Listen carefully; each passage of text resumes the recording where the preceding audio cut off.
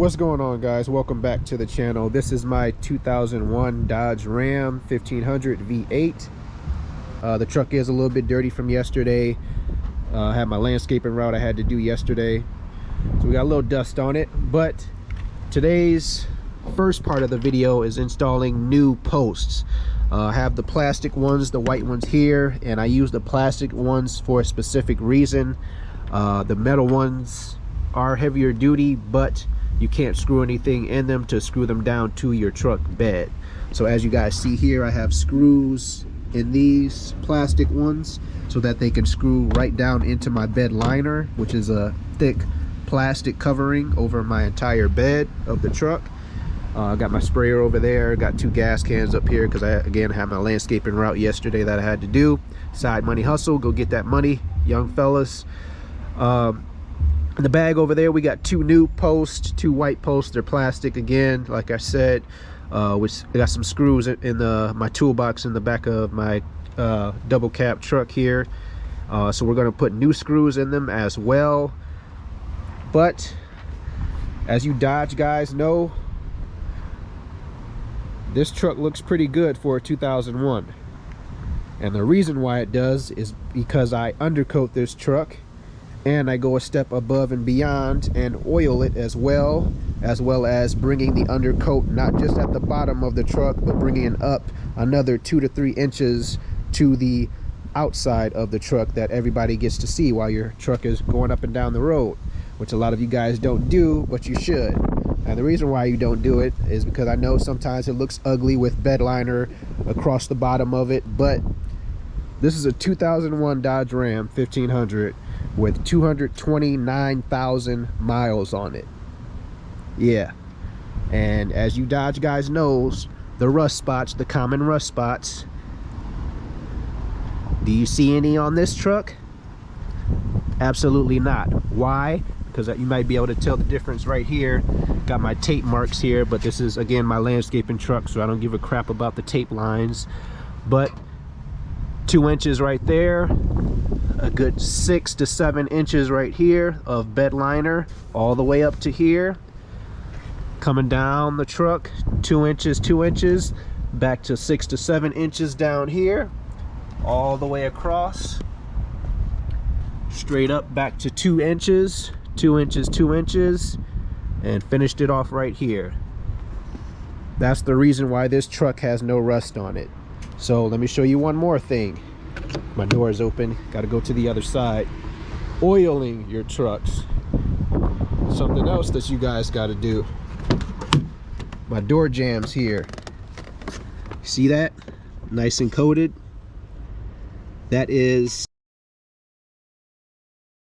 also get the corrosive stuff that guys, landscapers use on their clippers, their hedge trimmers. That works just as good or just as well.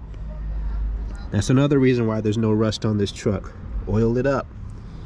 You don't have to go crazy and over dramatic like I do, but get a good amount on there. I just do it because peace of mind. I wash this truck a lot, so I just wanted to put a good amount on there so that water eventually will start to wash this off a little bit, but it'll stay on there. Right before winter time, I'll do this again right before the first snow, just so that it's good for the entire winter. So I even put it down here too.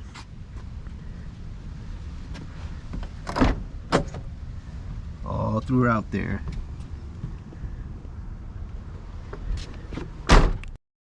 But we are going to hop up in the truck right now.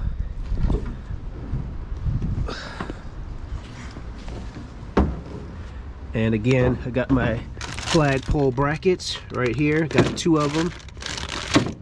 You can find these at Walmart. These are the ones that I use. I don't really care about the brand or anything, but these are bestie flags. All right, so they are going to replace these old ones. I'm gonna put new screws in them as well. This time around, I think I might go with some longer screws and put some screws up here as well as down here. I have 1, 2, 3, 4, 5 screws here, and there's some on the back side as well. But I think I'm gonna put some long ones through this hole here because the flagpole goes right down in this one. This is the hole that I use for my truck flagpoles so that they stick straight up. off the truck and not at an angle right at my window. But I think I'm gonna have some longer screws go through this part right here this next time around and see how that does. But again, one thing to note here, which is the reason why I am able to put flagpoles on my truck and drive on the highway. I had a subscriber ask me, how do you drive at 60 miles an hour with flagpoles?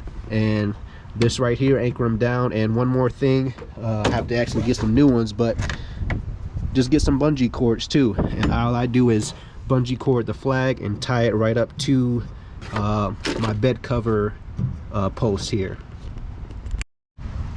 So this right here, putting the screws in them and having the bungee cord around the flag and then hooking it to my bed liner, not my bed liner, my bed cover posts, allows me to drive for 30 an hour, 2 hours, however long I drive on the highway for, to not have to worry about my flags flying off on the highway. Because I know that's the big problem that all of you guys come across is, hey, I don't want my flags to fly off while I'm doing 60 miles an hour. And you start looking back in your rear view mirror, and I know that's the problem with trial and error that I had when I first started putting flags on the truck. And just with doing that, all that does is secure the flag onto the truck and the bed so that it doesn't go anywhere when you're flying 60, 70, 80 miles an hour down the highway.